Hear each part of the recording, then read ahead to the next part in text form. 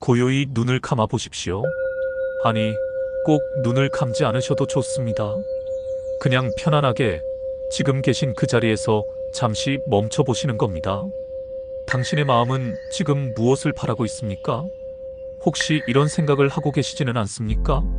조금만 더 풍요로웠으면, 돈 걱정에서 벗어나고 싶다.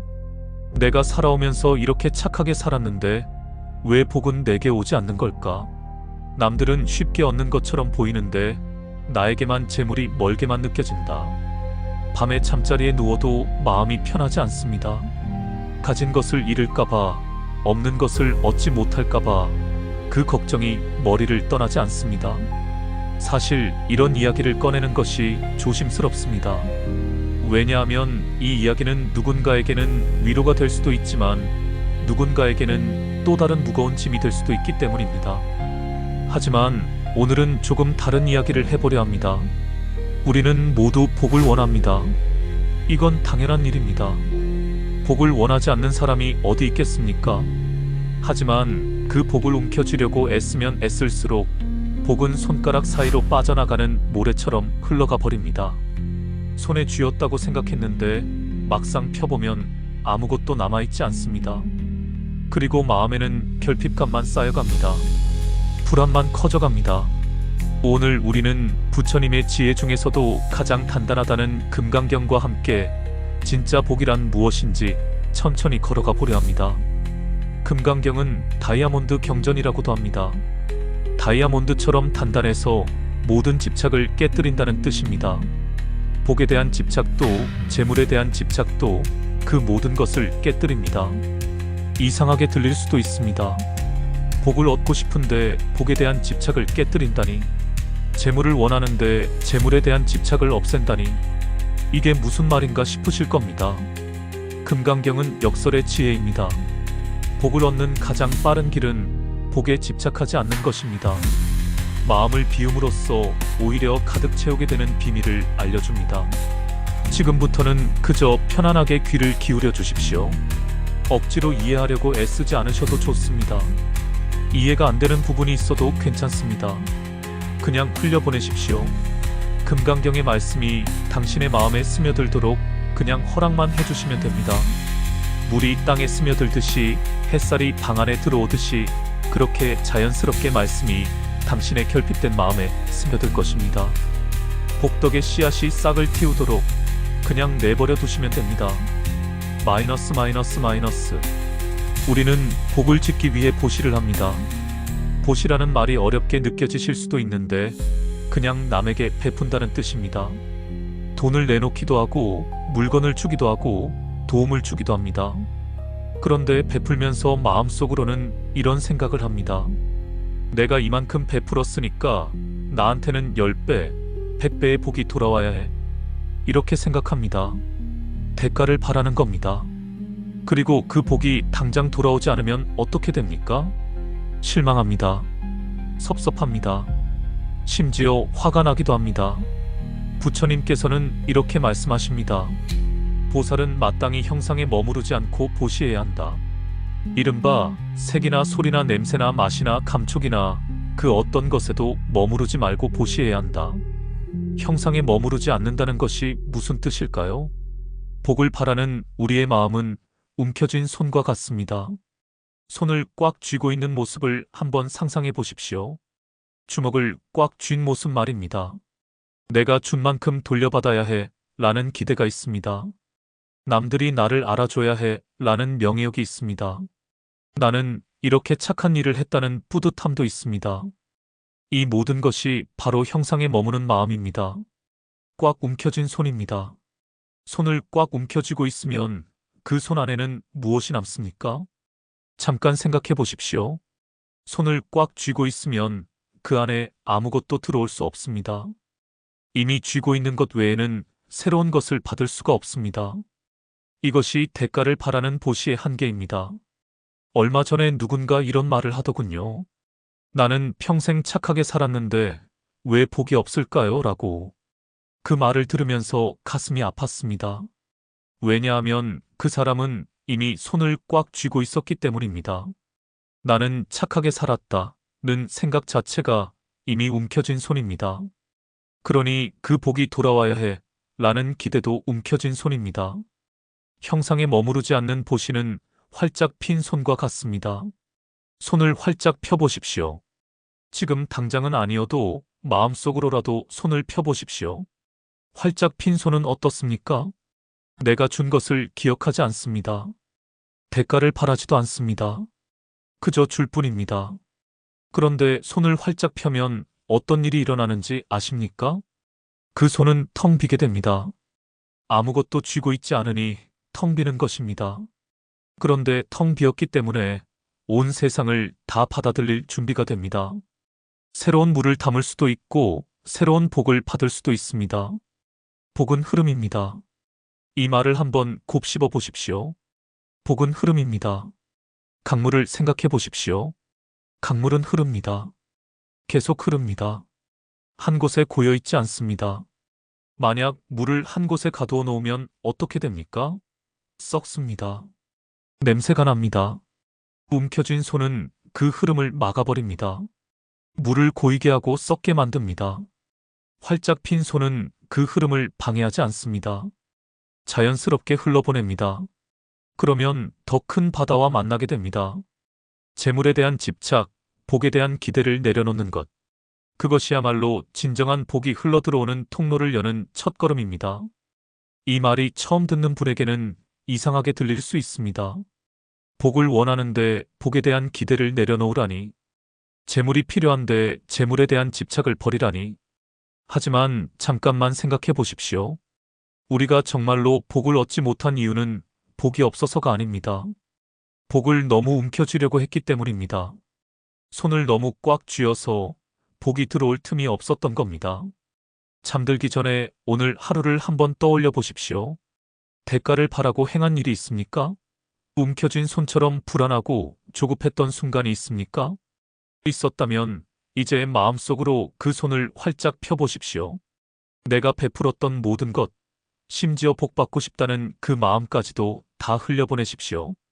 텅 빈 그 손 안에 진정한 평화와 풍요가 깃듭니다. 보살은 마땅히 형상에 머무르지 않고 보시해야 한다.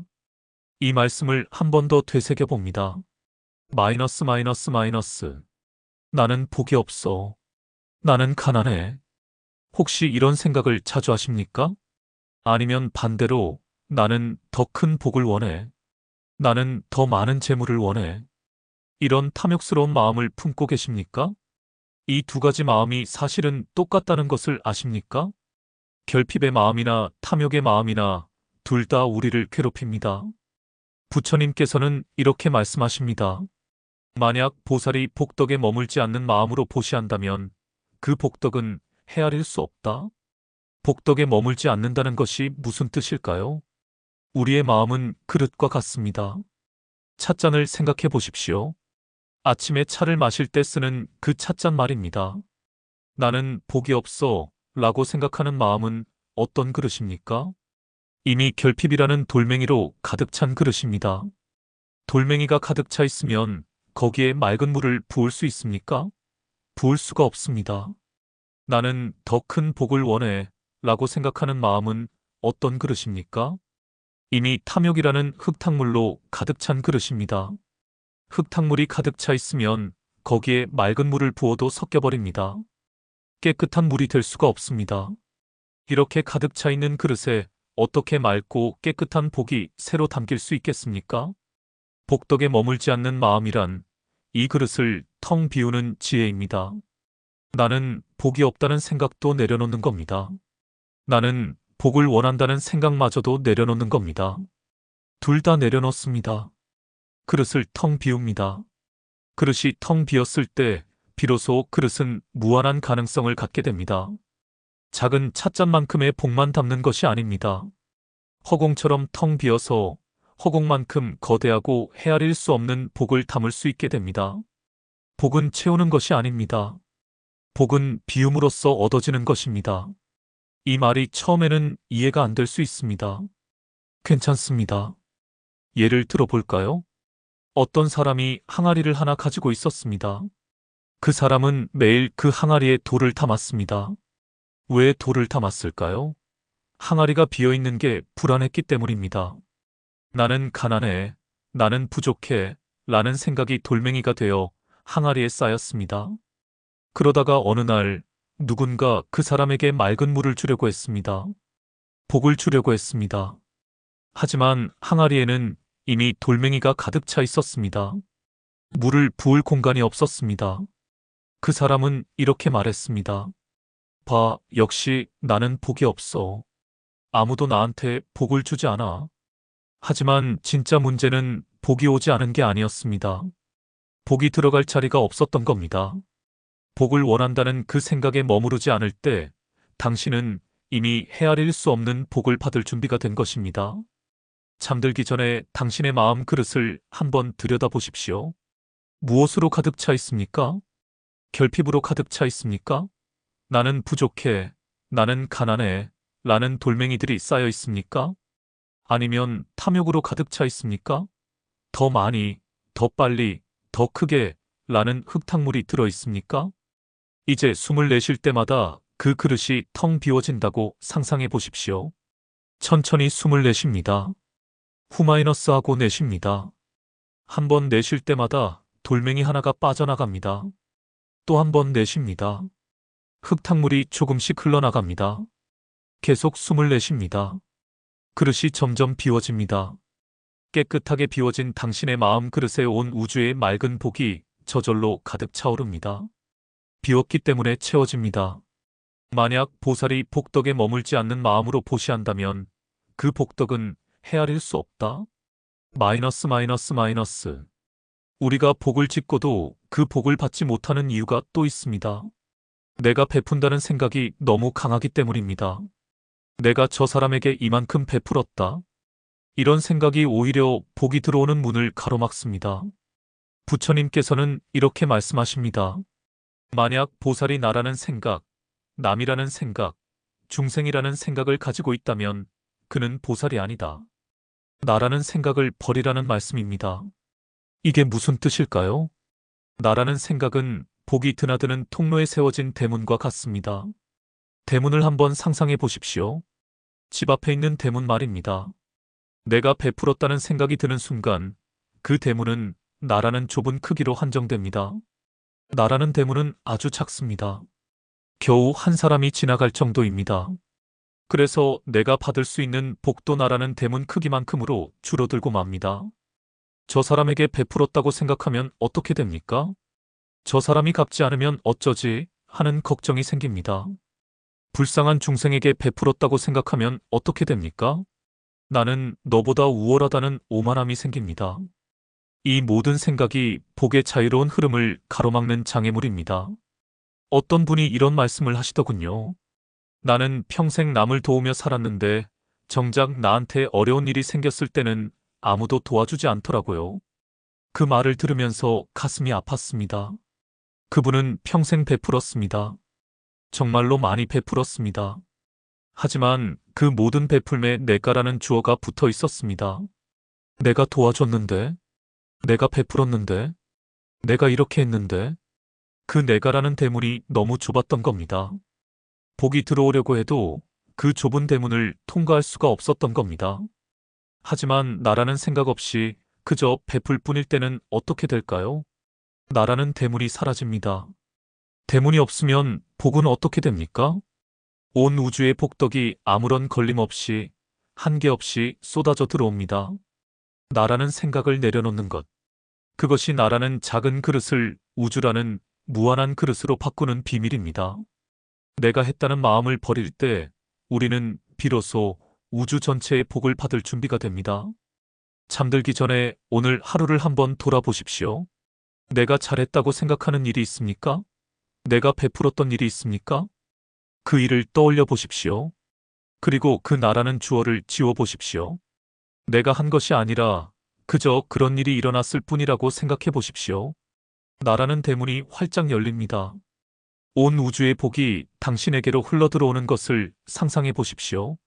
만약 보살이 나라는 생각, 남이라는 생각, 중생이라는 생각을 가지고 있다면 그는 보살이 아니다. 마이너스 마이너스 마이너스. 우리는 돈을 실체라고 굳게 믿습니다. 재산을 실체라고 믿습니다. 명예를 실체라고 믿습니다. 그래서 그것을 얻기 위해 평생을 바칩니다. 그것을 잃을까봐 매일 밤 걱정하고 불안해합니다. 부처님께서는 이렇게 말씀하십니다. 모든 현상은 다 허망하니 만약 모든 현상이 현상이 아님을 본다면 곧 열애를 보리라. 우리가 재물이라고 집착하는 그것은 손바닥 위의 물과 같습니다. 손바닥을 한번 펴보십시오. 마음속으로라도 펴보십시오. 손바닥 위에 맑은 물을 담을 수는 있습니다. 잠시 담아둘 수는 있습니다. 하지만 그것을 내 것으로 만들고 싶어서 손가락에 힘을 주어 움켜쥐는 순간 물은 어떻게 됩니까? 손가락 사이로 더 빨리 빠져나가 버립니다. 재물도 그렇습니다. 명예도 그렇습니다. 건강도 그렇습니다. 모두 손바닥 위의 물과 같습니다. 그것들은 본래 내 것이 아니라 잠시 인연이 되어 내 손에 머물러 있는 것뿐입니다. 우리는 그것을 소유한 것이 아니라 그저 경험하고 있을 뿐입니다. 당신의 은행 통장, 당신의 집, 당신의 차, 이런 것들은 당신이 아닙니다. 그저 당신이 잠시 경험하고 있는 현상일 뿐입니다. 모든 것은 변한다는 진리를 우리는 잊고 삽니다. 이것은 영원히 내 것이어야 해. 이렇게 집착하는 순간 우리는 그것이 흘러가 버릴까봐 두려워하는 불안의 노예가 됩니다. 하지만 그것이 본래 실체가 없는 허망한 것임을 알 때, 언젠가는 흩어질 물거품임을 꿰뚫어 볼 때 우리는 어떻게 됩니까? 움켜쥔 손을 펼 수 있게 됩니다. 그것이 머무는 동안 감사히 경험합니다. 그것이 흘러가더라도 담담히 흘려보낼 수 있는 자유를 얻습니다. 이 자유로운 마음이 바로 부처의 마음이며 돈으로 살 수 없는 가장 큰 복입니다. 옛날에 어떤 부자가 있었습니다. 그 사람은 큰 재산을 가지고 있었습니다. 큰 집도 있었고, 좋은 차도 있었고, 통장에는 돈이 많았습니다. 하지만 그 사람은 단 하루도 마음 편히 잠을 자본 적이 없었습니다. 왜냐하면 그 모든 것을 잃을까봐 두려웠기 때문입니다. 재산이 줄어들까봐, 집값이 떨어질까봐, 사업이 망할까봐 매일 밤 걱정하며 잠을 못 잃었습니다. 그러다가 어느 날 정말로 큰 손실을 입었습니다. 재산의 절반을 잃었습니다. 그 순간 그 사람은 모든 것이 끝났다고 생각했습니다. 하지만 이상하게도 그날 밤은 오히려 편하게 잠을 잤습니다. 왜냐하면 이미 잃었기 때문입니다. 더 이상 잃을 것에 대한 걱정을 할 필요가 없었기 때문입니다. 그제야 그 사람은 깨달았습니다. 자신을 괴롭혔던 것은 재산이 아니었다는 것을, 재산을 잃는 것이 아니었다는 것을, 재산에 대한 집착, 그 집착 때문에 생긴 두려움이 자신을 괴롭혔다는 것을 깨달았습니다. 잠들기 전에 한번 생각해 보십시오. 당신이 잃어버릴까봐 가장 걱정하는 그것이 무엇입니까? 그것을 손바닥 위의 물이라고 상상해 보십시오. 당신은 지금 그것을 꽉 움켜쥐고 있습니까? 이제 손가락에 힘을 풀어 보십시오. 천천히, 천천히 힘을 빼십시오. 손바닥을 편안히 펴십시오. 그것이 잠시 머무는 동안 감사합니다. 그것이 흘러가더라도 괜찮습니다. 나는 자유롭습니다. 이렇게 마음속으로 선언해 보십시오. 모든 현상은 다 허망하니 만약 모든 현상이 현상이 아님을 본다면 곧 열애를 보리라. 마이너스. 우리의 마음은 돈 걱정에 꽉 사로잡혀 있습니다. 미래 걱정에 꽉 사로잡혀 있습니다. 그 걱정이 떠나지 않아서 아무것도 할 수가 없습니다. 이 걱정만 없으면 좋겠다고 바라지만 마음은 내 뜻대로 되지 않습니다. 부처님께서는 이렇게 말씀하십니다. 마땅히 머무는 바 없이 그 마음을 내라. 머무는 바 없이 마음을 낸다는 것이 무슨 뜻일까요? 우리의 마음은 깨끗한 거울과 같습니다. 거울을 한번 생각해 보십시오. 아침에 세수하기 전에 보는 그 거울 말입니다. 복이든 재물이든 걱정이든 그것들은 그저 거울 앞을 지나가는 풍경일 뿐입니다. 그런데 우리는 어떻게 합니까? 돈이라는 풍경이 지나가면 그 풍경이 거울에 들러붙기를 바랍니다. 걱정이라는 풍경이 지나가면 그 풍경이 거울에서 떨어지지 않아서 괴로워합니다. 머무는 바 없이 마음을 내라는 것은 이 거울의 본성을 회복하라는 것입니다.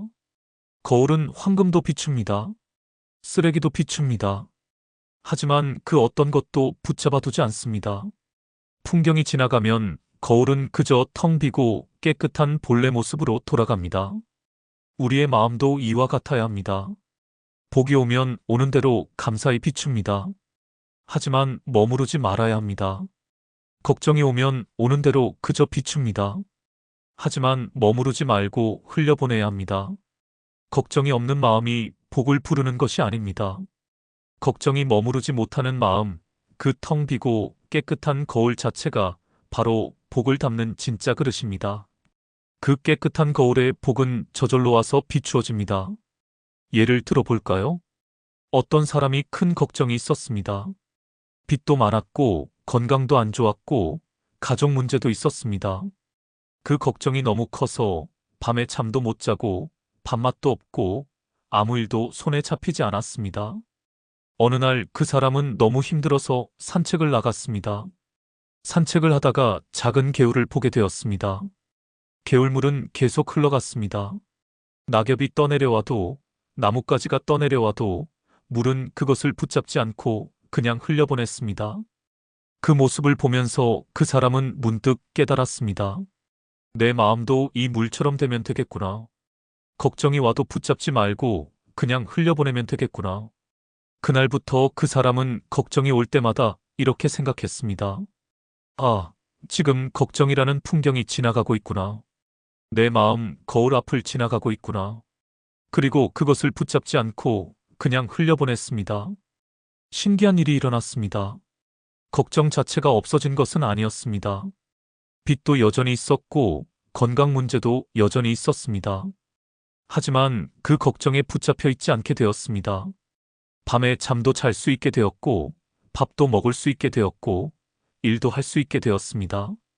그러자 조금씩 상황이 나아지기 시작했습니다. 잠들기 전에 당신의 마음을 깨끗한 거울이라고 상상해 보십시오. 오늘 하루 당신을 괴롭혔던 그 돈 걱정, 사람 걱정, 건강 걱정이 풍경이 되어 거울 앞을 스쳐 지나갑니다. 그것들을 붙잡지 마십시오.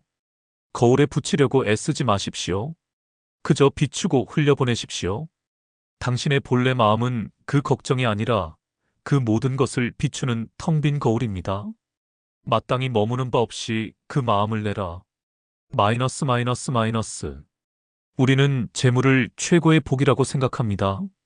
그래서 돈을 벌기 위해 혹은 지키기 위해 더 소중한 것을 희생합니다. 부처님께서는 이렇게 말씀하십니다. 만약 어떤 사람이 삼천대천 세계에 가득 찬 칠보로 보시하더라도 만약 다른 사람이 이 경전에 네 구절이라도 받아 지니고 남에게 설해 준다면 그 복이 저것보다 훨씬 수승하리라. 부처님께서는 재물보다 지혜의 복이 비교할 수 없이 크다고 하십니다.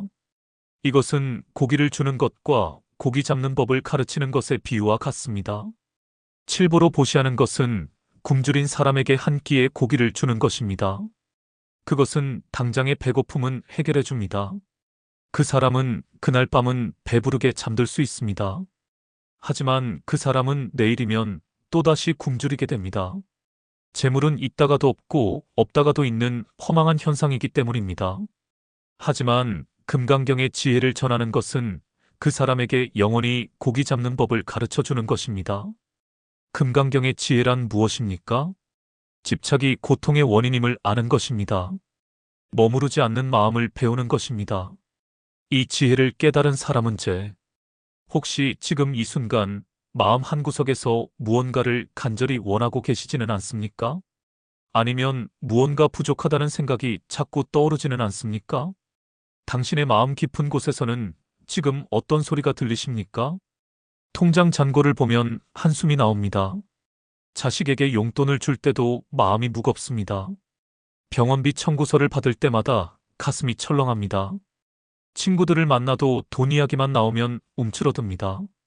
이렇게 살다가 언제쯤 편해질 수 있을까요? 이 말을 꺼내도 될까 망설여집니다. 누군가에게는 상처가 될 수도 있는 이야기니까요. 하지만 오늘만큼은 용기를 내어 말씀드려 보려 합니다.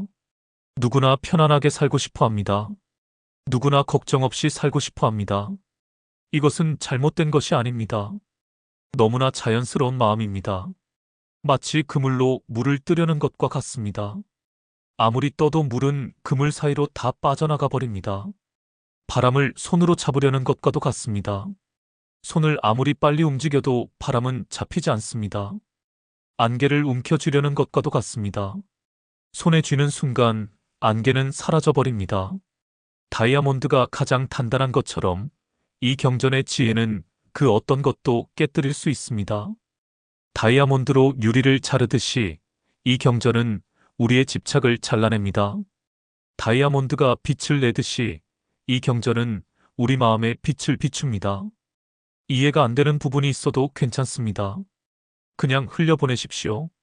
잠이 오면 주무셔도 됩니다.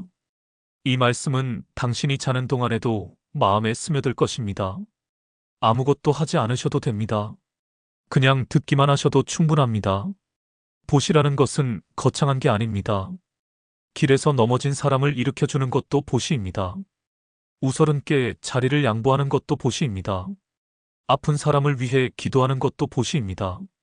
따뜻한 말 한마디 건네는 것도 보시입니다. 절에 가서 시주를 하면서도 마음속으로는 계산을 합니다. 이만큼 냈으니 이만큼은 받아야지. 누군가를 도와주고 나서는 그 사람이 나를 기억해 주기를 바랍니다. 나중에 내가 어려울 때 도와주겠지. 착한 일을 하고 나면 누군가 알아주기를 바랍니다. 나는 이렇게 좋은 사람이야 라고 생각하고 싶습니다. 이렇게 대가를 바라는 마음, 이것이 문제입니다. 형상에 머무르지 않는다는 것은 대가를 바라지 않는다는 뜻입니다. 형상에 머무르지 않는다는 것은 내가 베풀었다는 생각에 집착하지 않는다는 뜻입니다. 형상에 머무르지 않는다는 것은 그냥 베풀고 잊어버린다는 뜻입니다. 주먹을 꽉 쥐어 보십시오. 힘을 주어서 꽉 쥐어 보십시오. 손가락이 하얗게 변할 정도로 세게 쥐어 보십시오. 그 손 안에는 무엇이 있습니까? 아무것도 없습니다. 그런데도 우리는 계속 움켜쥐고 있습니다.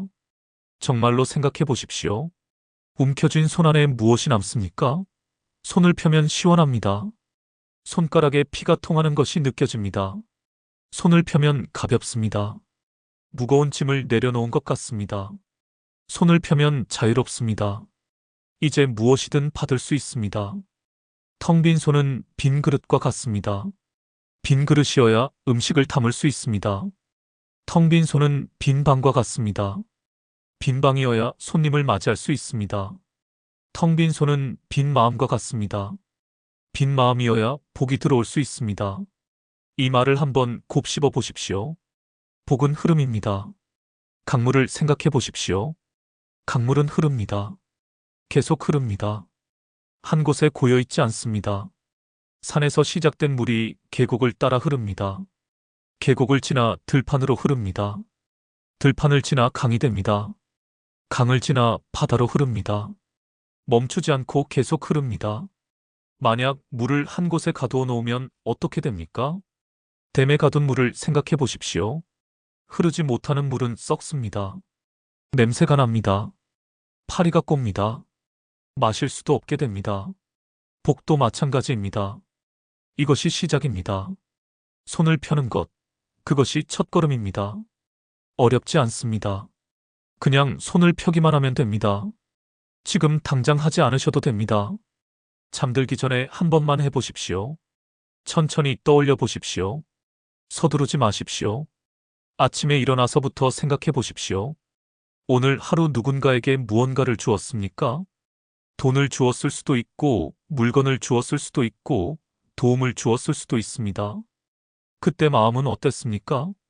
혹시 대가를 바라지는 않았습니까? 숨을 내쉬면서 흘려보내십시오. 후마이너스 하고 내쉬면서 그 마음을 다 보내십시오.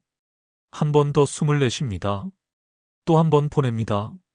이제 손이 텅 비었습니다. 나는 왜 이렇게 가난할까? 나는 왜 복이 없을까? 나는 왜 운이 없을까? 나는 왜 항상 손해만 볼까? 나는 왜 남들보다 못할까? 나는 왜 항상 부족할까? 나는 왜 제대로 되는 게 없을까? 나는 왜 이렇게 힘들까? 나는 왜 태어났을까? 나는 왜 이 모양일까? 이런 생각들을 하고 계시지는 않습니까? 결핍도 집착이고 탐욕도 집착입니다. 없다는 생각에 집착하는 것과 더 많이 원한다는 생각에 집착하는 것. 둘 다 집착입니다. 동전의 앞면과 뒷면과 같습니다. 겉보기에는 다르지만 같은 동전입니다. 그릇이 돌멩이로 가득 찬 것과 흙탕물로 가득 찬 것.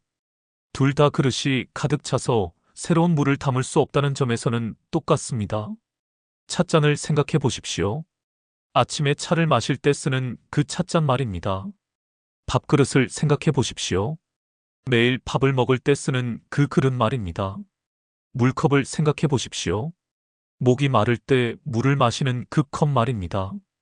항아리를 생각해 보십시오. 옛날 집에서 김치를 담던 그 항아리 말입니다. 어떤 그릇이든 마찬가지입니다. 그릇이 비어 있어야 무언가를 담을 수 있습니다.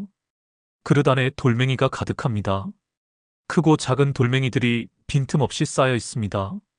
나는 가난하다는 돌멩이, 나는 불행하다는 돌멩이, 나는 운이 없다는 돌멩이, 나는 능력이 없다는 돌멩이. 이 돌멩이들이 그릇을 꽉 채우고 있습니다. 돌멩이가 가득 차 있으면 거기에 맑은 물을 부을 수 있습니까? 부을 수가 없습니다. 물을 부어도 돌멩이 사이로 조금만 들어가다가 넘쳐 흐릅니다. 그릇을 비운다는 것은 무엇입니까? 먼저 돌멩이를 꺼내는 것입니다. 하나씩 하나씩 천천히 꺼내는 것입니다. 나는 가난하다는 돌멩이를 꺼냅니다. 나는 불행하다는 돌멩이를 꺼냅니다. 나는 능력이 없다는 돌멩이를 꺼냅니다. 돌멩이를 다 꺼내고 나면 흙탕물을 쏟아냅니다. 더 많이 가지고 싶다는 욕심을 쏟아냅니다. 더 빨리 얻고 싶다는 욕심을 쏟아냅니다. 다 쏟아내고 나면 그릇을 깨끗이 씻습니다. 맑은 물로 여러 번 헹굽니다. 이제 그릇이 텅 비었습니다. 깨끗하게 비었습니다. 텅 빈 그릇은 무한합니다.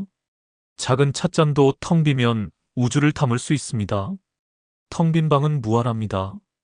아무것도 없는 빈 방에는 무엇이든 들어올 수 있습니다. 텅 빈 마음은 무한합니다. 아무 생각이 없는 마음은 모든 것을 받아들일 수 있습니다. 비우면 가득 찹니다. 이것이 금강경의 지혜입니다. 놓으면 얻게 됩니다. 이것이 부처님의 가르침입니다. 버리면 받게 됩니다.